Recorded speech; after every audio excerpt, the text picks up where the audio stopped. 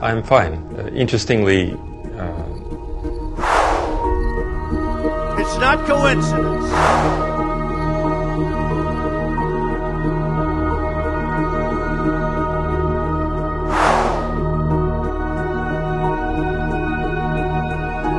Hay que empezar la campaña de que se desmonte la Estatua de la Libertad.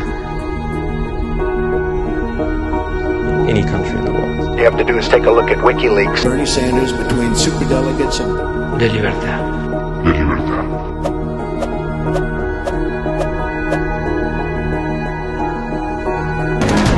Esta semana nos despertamos con una noticia que verdaderamente hay que analizar a fondo, muy a fondo. El presidente de México, Andrés Manuel López Obrador, llama a derribar la Estatua de la Libertad, a desmontar la Estatua de la Libertad, sí, la que usted conoce, la que está en Nueva York y que es símbolo de Estados Unidos. Llama a desmontar la estatua, sí, recuerda usted a Julian Assange, si este periodista que denunció valientemente muchas de las atrocidades de Estados Unidos es condenado a morir, no es indultado y no es salvado por la justicia. Esto dice López Obrador, pero la pregunta inicial es, ¿por qué la Estatua de la Libertad? ¿Qué hay ahí en la Estatua de la Libertad? Y después preguntemos a fondo. Soy Roberto de la Madrid y esto que soy yo, Detrás de la Razón. Comenzamos.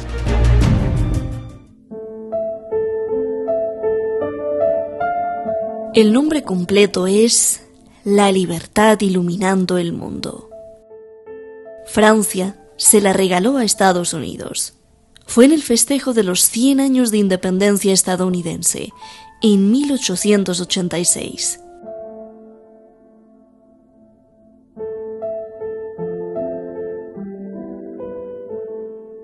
La hizo el escultor francés Bartholdi y el ingeniero Alejandro Gustavo Eiffel, el mismo de la torre. Está inspirada en el arte griego y romano. Tiene semejanzas a Hécate, una titánide o titán femenina que era una diosa menor griega, protectora de hogares y sabia de magias, hechizos y caminos de luz. También tiene semejanza a Libertas, la diosa romana de la libertad. Su cabeza tiene una corona con 7 picos, que simbolizan los 7 continentes y los 7 mares. Las 25 ventanas son las gemas de la tierra. La diadema es similar a la de Helios, dios griego del sol. La antorcha refiere al siglo de las luces, la ilustración entre el siglo XVIII y XIX. La llama está recubierta con laminillas de oro. El diseño del pedestal tiene elementos de la arquitectura clásica, incluidos portales dóricos, así como elementos influenciados por la arquitectura azteca.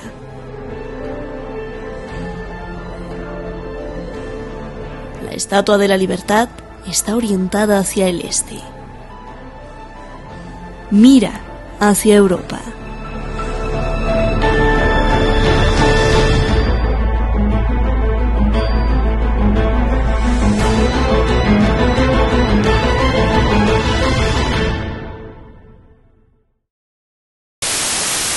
Y ya hay que empezar con la campaña de que si lo llevan a Estados Unidos y lo condenan a pena máxima y a morir en prisión, hay que empezar la campaña de que se desmonte la Estatua de la Libertad que entregaron los franceses y que está en Nueva York, porque ya no es símbolo de libertad.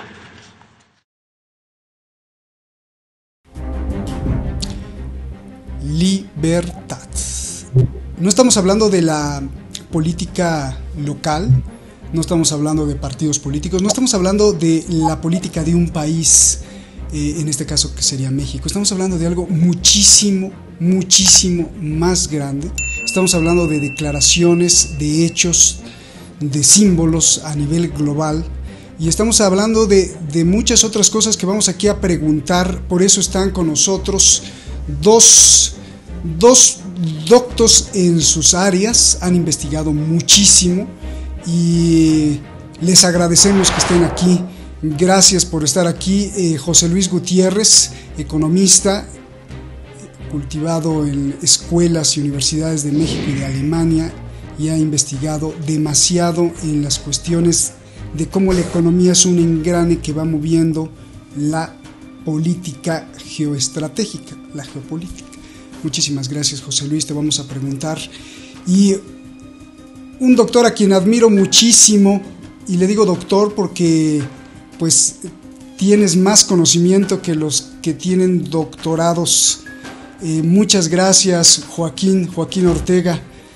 Te respetamos mucho por tu gran conocimiento a profundidad en el derecho, en la sociología, en el derecho de la gente a vivir, y siempre además un luchador incansable, que eso hay que felicitarlo siempre en donde sea, en cualquier parte del mundo. Gracias a los dos. Y José Luis, comienzo contigo. Antes de entrar de lleno a la declaración de Andrés Manuel López Obrador y lo que significa esta declaración, creo que es más importante entrar de lleno a lo que significa la Estatua de la Libertad. ¿Qué símbolos hay ahí? ¿Por qué ahora la Estatua de la Libertad? ¿Por qué esta posible campaña? Adelante, José Luis. Gracias, Roberto. Pues mira, en primer lugar ya mencionó algo Shadi muy interesante al inicio de esta transmisión. Los 7 picos de la corona, las 25 ventanas, 25, 2 y 5 suman 7. Toda la simbología del 7 está en la Estatua de la Libertad. Hace tiempo, hace algunos 6, 7 años, al inicio de una reunión del Fondo Monetario Internacional, la entonces directora Christine Lagarde salió y sorprendió al mundo diciendo: bueno, señores, antes de empezar, les tengo que hablar de la importancia del número 7. Y se pone a ver sus papeles. Algo me dicen que les diga del número 7, no sé por qué, pero les digo que el número 7 es muy importante. Así lo dejó. Dejó a todos, a mucha gente que no sabía a qué se refería, pues con palmo en narices, porque finalmente dijo: es muy importante el número 7. Y así se quedó y inició la reunión. El 7 representa mucho de lo que es el orden mundial que hemos vivido los últimos años. Tiene como su base la simbología y la numerología.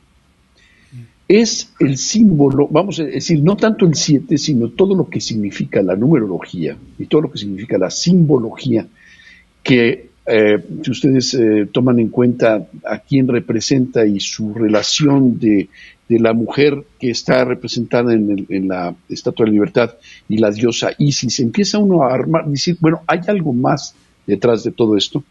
Y antes de entrar más en el detalle de esa simbología, quisiera poner en contexto a nuestro auditorio que estamos viviendo en el mundo un trascendental cambio geopolítico.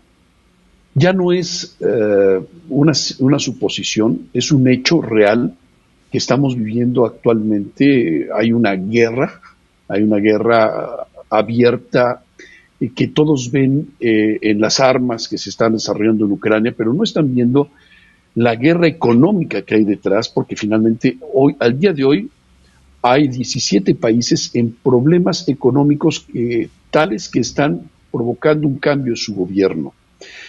Y en pocas palabras estamos hablando de que el cambio que se está gestando en el mundo, hoy por hoy, lo que tiene es el cambio de un sistema bipolar o unipolar, del pensamiento único dirigido por ese grupo que ha dominado el mundo con sede en Estados Unidos, Londres y el Vaticano.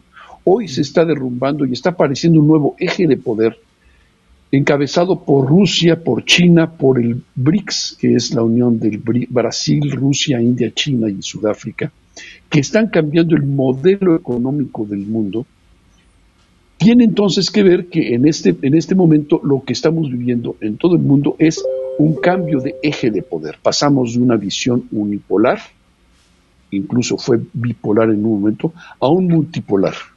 Vemos al presidente Putin llamando a un nuevo orden mundial multipolar. Y México, pues no es ajeno a todo eso. Y tiene que tomar una posición, pero no puede tomar una posición abiertamente clara a favor de alguien distinto a los Estados Unidos, aunque estamos viendo que la figura representada por el dólar está prácticamente desaparecido al día de hoy, inicio de julio de 2022. ¿Qué puede hacer? Simplemente señalar símbolos. Y hay que entender que el presidente Andrés Manuel López Obrador es un político con un colmillo, como decimos en México, que arrastra. Es una persona con mucha experiencia política, una habilidad tal que ha sido capaz de llevar a México, salvando los ordenamientos de los organismos mundiales. México, a diferencia de muchos otros países como Canadá, como Australia, que se vieron sometidos por los lineamientos mandados por las organizaciones mundiales de salud, en este caso la Organización Mundial de Salud, y hemos caminado en un mundo en turbulencia, y ha podido señalar ahora diciendo, sin decirlo, que lo que hay que derribar es el sistema unipolar que representa esa estatua, no por sí la estatua, no por sí la libertad, sino lo que representa y quienes están detrás de esos símbolos. Y eso es lo que manda desmontar.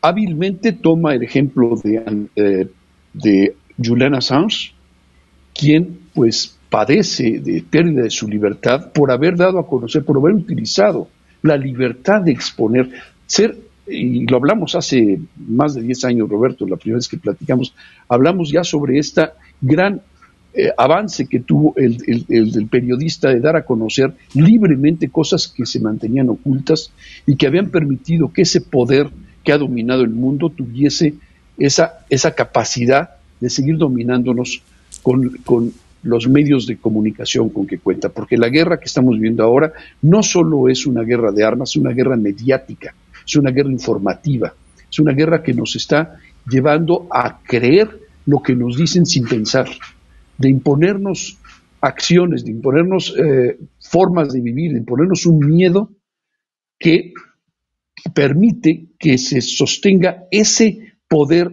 al que denunció Julian Assange. Entonces, juntando eso, hay que entender que ha sido muy hábil, muy hábil Andrés Manuel López Obrador, y justamente los detractores y los quienes apoyan a López Obrador coinciden en una cosa: López Obrador es muy hábil político. Eso, lo quieran o no, así es. Y entonces ha tenido esa posibilidad de manifestar algo que no ha podido hacer abiertamente, que podría ser lo que están haciendo otros países, de unirse al BRICS para poder hacer frente a un nuevo sistema económico mundial, pero sí señala que el momento es ya de desmontar lo que está detrás de eso que simboliza la Estatua de la Libertad en Estados Unidos, que no es Estados Unidos. ¿El Vaticano no qué tiene que ver ahí, José Luis? Dijiste que tenía que ver la corona, el Vaticano, el Londres. Y Londres, sí. La tríada del poder mundial que ha dominado el mundo, al menos durante los últimos 500 años. Hay quienes podemos irnos mucho más atrás, desde la emisión de la encíclica Unam Sanctam en el año 1308, cuando el Imperio Romano, vamos a decir, teniendo cuerpo ya en lo que sería el Vaticano y el emperador romano encarnado en el Papa, cambia el orden mundial y se alía con Londres para controlar la parte económica. Desde entonces podemos pensar que proviene ese poder económico, político, mediático, ideológico global que ha guiado al mundo y que hoy está siendo cuestionado por los cambios que estamos viviendo. Así que esa tríada, Roberto, nada más quiero mencionar, ya muchos autores lo han citado. En el Vaticano radica el poder de la ideología, el manejo de un pensamiento único, el manejo de las finanzas únicas desde Londres, aunque la sede puede estar físicamente en Suiza, que es país neutral, y la sede militar en los Estados Unidos, que dejó de ser un país libre, una república libre, para convertirse en un brazo más de la corona que manda el mundo en el año 1871 con los cambios en su constitución, de manera que en el año de 1886, cuando se inaugura la Estatua de la Libertad, es para reforzar esa posición de Estados Unidos como una corporación dependiente de la corona, muy distinta a la república por la cual los padres de la patria de Estados Unidos lucharon. Hoy por hoy se plantean ya en Estados Unidos ese cambio, pronto espero que lo podamos ver más claramente, que muchas personas, los que se llaman patriotas, están pidiendo la restauración de la República de 1776. La Estatua de la Libertad representa la anexión de ese pueblo que era libre desde 1776 hasta 1871 y que se convierte en un brazo más de la corona en el año de 1871, y la Estatua de la Libertad representa a esa visión del mundo que a través de la numerología y la simbología ha dominado nuestras formas de pensar, ser y comportarnos hasta el día de hoy. José Luis, qué tema tan fascinante, de verdad, y para muchos que a veces no sabemos o no sabíamos algunos datos. Yo me acuerdo la primera vez que vi al Papa ser cuidado por la Guardia Suiza. Yo decía, bueno, pero ¿por qué la Guardia Suiza cuida al Papa aquí en la Santa Sede? ¿Qué temas tan fascinantes que guardan no solo muchos significados, sino que guardan el poder del mundo, como dices. Joaquín, a ver, esto está súper jugoso y se puede analizar por muchos ángulos, y queremos que tú nos los pongas en contexto o en tu contexto o desde tu trinchera, que nos digas desde dónde lo ves, porque la declaración de López Obrador y el derribo o el quitar la Estatua de la Libertad, pues se puede ver desde el derecho simple, desde el derecho internacional, del respeto a los pueblos, desde el punto de vista de la sociopolítica, desde el punto de vista de lo que significa en la historia, haciendo un revisionismo histórico, porque la libertad significa parte de esta época de la Ilustración, en donde la antorcha de luz te iluminaba la conciencia. Hay muchísimo por dónde cortar. ¿Desde dónde lo analizas tú? ¿Cómo lo ves, por favor? Porque además, déjame decirte, Joaquín, cuando fue el atentado del 11 de septiembre que derribaron las Torres Gemelas, ahí claramente se dijo que dos de los símbolos más grandes de Estados Unidos eran las Torres Gemelas, sí, como símbolo económico, pero el símbolo de unidad, de poder, de justicia y de su lema que llevan en su espíritu supuesto de Estados Unidos es la Estatua de la Libertad. Llamar a tirarla es como quizás hasta peor que llamar a tirar las Torres Gemelas. Por favor, adelante.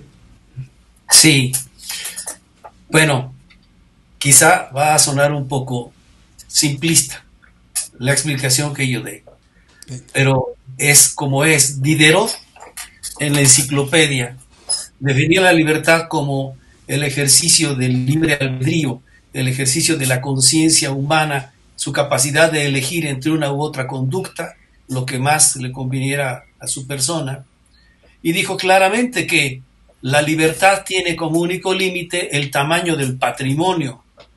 ¿Por qué? Es muy sencillo. Yo puedo querer viajar ahorita mismo a Europa, ese es mi deseo, pero no puedo ejercer esa libertad porque no me alcanza mi patrimonio para poder lograr ese ejercicio. La enciclopedia francesa, digamos que es la forma más simple de explicar las cosas sin tener que buscarle demasiados recovecos a la situación. Gorky, en un libro extraordinario dentro de la serie de escritos y panfletos, tiene uno que se llama La ciudad del diablo amarillo, que empieza con la descripción de la Estatua de la Libertad y pregunta a uno de los migrantes que viajaban con él, ¿qué es eso? Y aquel le contesta, es el Dios norteamericano. Y efectivamente, es la libertad de Diderot, la libertad que está estrechamente unida al tamaño del limón, la personal que nace de la propiedad privada, y no de cualquier propiedad privada, sino de la propiedad privada de los medios de producción, y hay que decirlo claro, de las fábricas, de la tierra, de todo lo que sirve socialmente para producir la riqueza.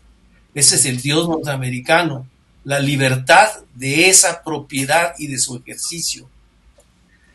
En la explicación histórica que señala José Luis es absolutamente exacto de cuándo empieza pues esta concentración del poder alrededor de un medio de cambio mundial, que es el dinero. La fecha es más o menos exacta, es desde ese tiempo acá que data el predominio del intercambio mercantil, el predominio de la forma social de cualquier producto como simple mercancía y el predominio del equivalente universal que es el dinero como medio de intercambio de todas las mercancías. Es exacto lo que dice José Luis, de ahí viene la posibilidad de concentrar los que prestaban dinero, los que tenían excedentes primero para juntarlo en un proceso que se llama atesoramiento. La capacidad de los que atesoraban para prestarlo y entonces otorgar crédito, el encarecimiento del dinero por la vía del interés, la concentración de la riqueza por la vía de la venta de las mercancías y el dinero, y la concentración del dinero como poder. Es exacto lo que dice José Luis, data de esa fecha y viene unido ¿a qué? A la sociedad mercantil generalizada, a la sociedad de intercambio mercantil generalizado. El Dios de la libertad es el Dios del comercio también, porque es la libertad personal que está sustentada en el patrimonio que cada quien tenga y por lo tanto, quien más tiene, tiene más libertad. ¿Por qué ahora empieza a derrumbarse todo eso? Porque la riqueza no surge más que de la naturaleza o del trabajo. Hay fuerzas de la naturaleza que producen bienes que para los hombres significan riqueza, todo aquello que satisface sus necesidades.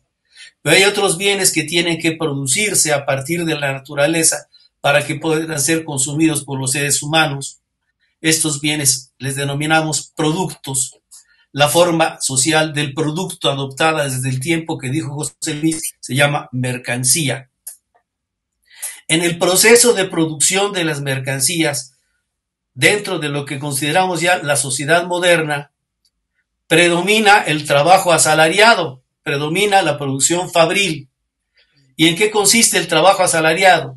Consiste en la relación que se da entre el propietario de un medio de producción y quienes trabajan para él y que intercambian su fuerza de trabajo por un salario.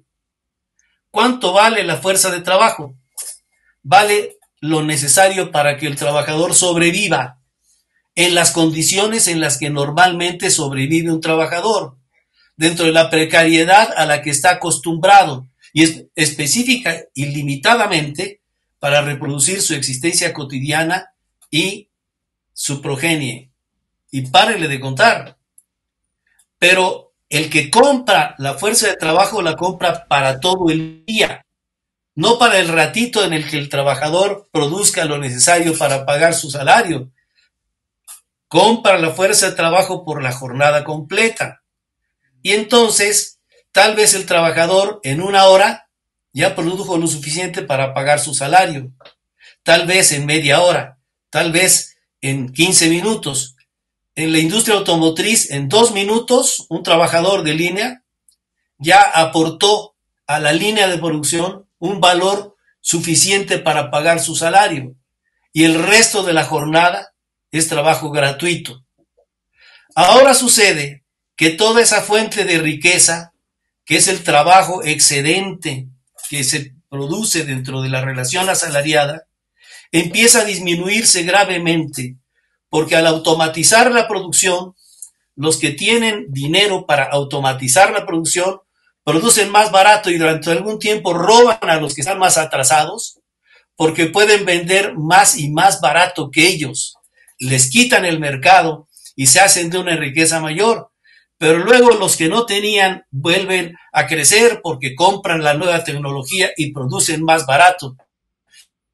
Y en esa de trabajo viva, que es la única que crea nuevo valor en cantidades monstruosas.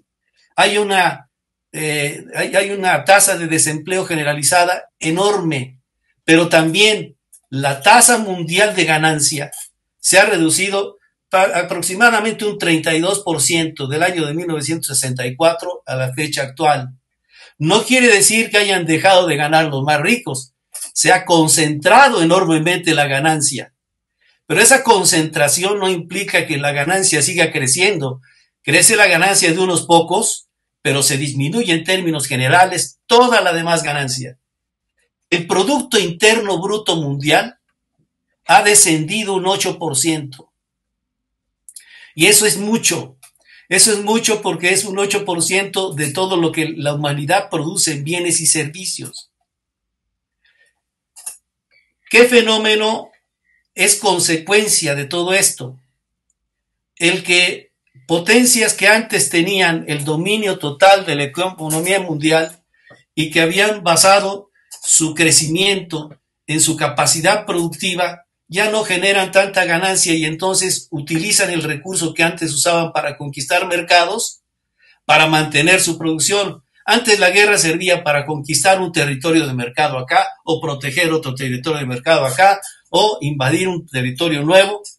Ahora la guerra sirve para eso, sí, pero también para gastar armas, para gastar medios de producción y de reconstrucción, digamos, de los centros destruidos por la guerra. Y el recurso de la guerra se ha vuelto recurrente porque ya el régimen de producción general del capitalismo mundial no genera una suficiente tasa de ganancia como para sostener un crecimiento sostenido también. Han emitido dinero falso, lo ha dicho José Luis muchas veces, porque mediante el poder sostienen su moneda. El día que Gaddafi dijo yo ya no comercio con dólares, invadieron la tierra de Gaddafi. Ahora ya no van a poder, ya no pudieron en Ucrania. Y no pudieron en Ucrania porque ya no es sostenible un sistema que únicamente genera ganancias que no corresponden a un crecimiento social verdadero, a un beneficio social verdadero, a una expansión, digamos, o distribución de la riqueza que convenga al mundo. La caída de la tasa de ganancia empezó por provocar en el mundo entero, a partir de lo que llaman neoliberalismo, el asalto al salario de la población mundial. Se fueron por las pensiones, se fueron por las tasas salariales en general, por los regímenes de seguridad social. Después fueron sobre el empleo. Ahora van prácticamente sobre la alimentación de la gente. Ha habido ya, ayer hubo un enfrentamiento de campesinos holandeses contra el gobierno de Holanda. ¿Quién se lo hubiera imaginado? En países de economía perfecta. Pero se está desmoronando el sistema. Se está desmoronando el sistema capitalista mundial. Que hay en la lucha entre las dos potencias hegemónicas que ahora empiezan a enfrentarse como dos y van a ser más. Que hay un régimen sostenido en China en el que no es exactamente lo principal la tasa de ganancia y por lo tanto pueden seguir desarrollando su tecnología sin que sufra ningún desdoro. Van a construir una presa con una cortina de 180 metros de altura en una impresora tridimensional. Van a participar 5 personas en todo el proceso de construcción de esta presa. Eso es altísima tecnología. Pero no explota fuerza de trabajo directa, no hay trabajo excedente allí. Y entonces ellos se enfrentan a una economía que no puede prescindir de la explotación directa de la fuerza de trabajo, pero que no puede seguir explotándola tanto porque tiene que competir en tecnología con China. Y tienen la batalla perdida. Esto no quiere decir que debamos tener esperanzas en que en la recomposición hegemónica del mundo logre la liberación del trabajo asalariado y de la humanidad. Es un proceso muy importante. El desmoronamiento del poder económico central, del sistema financiero mundial central, es muy importante porque hace competir ya dos sistemas que tienen una composición por lo menos sistemas en los que no pesa ya tanto la economía sobre la explotación directa de la fuerza de trabajo y pretenden lograr alguna otra forma distinta de funcionamiento social. Pero eso es lo que significa el que un presidente que tiene 3.000 kilómetros de frontera con el gigante económico y militar más grande del mundo se pueda dar el lujo de decir: te voy a desmantelar tu Dios si metes a la cárcel a Assange. Tremendo. Oye, Joaquín, qué bueno que dijiste que ibas a sonar simplista, porque todo lo que nos explicaste, que es un mapa muy complejo, significa el derribo de la Estatua de la Libertad, porque ahora, increíble, muchísimas gracias. Déjame ir con José Luis, regreso contigo, Joaquín. A ver, José Luis, supongo que López Obrador nos está diciendo la verdad. Dijo en esta misma conferencia que él defendía a Assange porque Assange desenmascaró a esa élite que por un lado te decía, y hizo así con la mano, o sea, decía cosas al público, discursos, pero por el otro hacía cosas contrarias o mostraba que era mentira todo lo que le decía al público y que por eso defendía a Assange. Entonces nos imaginamos que López Obrador nos está diciendo siempre de frente la verdad, que eso sería pues fantástico que nos dijera la verdad siempre. La pregunta es, y esto es creo que muy urgente porque tú lo mencionaste con lo del Vaticano, si bien llama a derribar la Estatua de la Libertad, porque pues finalmente es una pantomima de libertad en Estados Unidos cuando están más controlados. Ahí está Assange, que deberían de darle un premio por desmantelar esa mentira, por ejemplo la de Afganistán, pues lo quieren juzgar, ¿no? Y en cadena perpetua. Bueno, en esa misma conferencia, minutos antes, minutos después, López Obrador dijo: nos identificamos, o sea, él y su gobierno, perfectamente con el Papa Francisco. Y eso me alerta mucho, porque entonces, ¿de qué lado está México o López Obrador, o hacia dónde vamos a caminar? Porque justamente el Papa Francisco es uno de los íconos de la cuarta revolución industrial, del globalismo, del capitalismo inclusivo, este capitalismo que fue un grito desesperado de esa élite que estaba relatándonos Joaquín, de posterior a la pandemia, cómo le hacemos para recomponer el mundo, y entonces al Vaticano se le ocurrió el capitalismo inclusivo en cooperación con el Foro Mundial Económico de Davos, y ese es el Papa Francisco, un globalista tremebundo que está tratando de unificar al mundo entero, y López Obrador dice que se identifica perfectamente con él. Explícame. Y por el otro lado dice: vamos a derribar la Estatua de la Libertad. Bueno.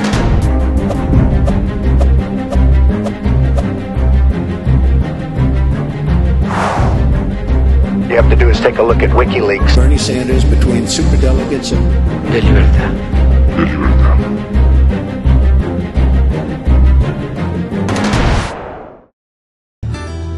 Pedirle, como todos los canales lo hacen y que gracias a eso podemos existir y llevar la información, que haga algo muy sencillo. Solo píquele ahí y suscríbase, toque la campanita, para que este espacio de libertad continúe. De lo contrario, los que nos quieren manipular seguirán avanzando. ¡Saludos!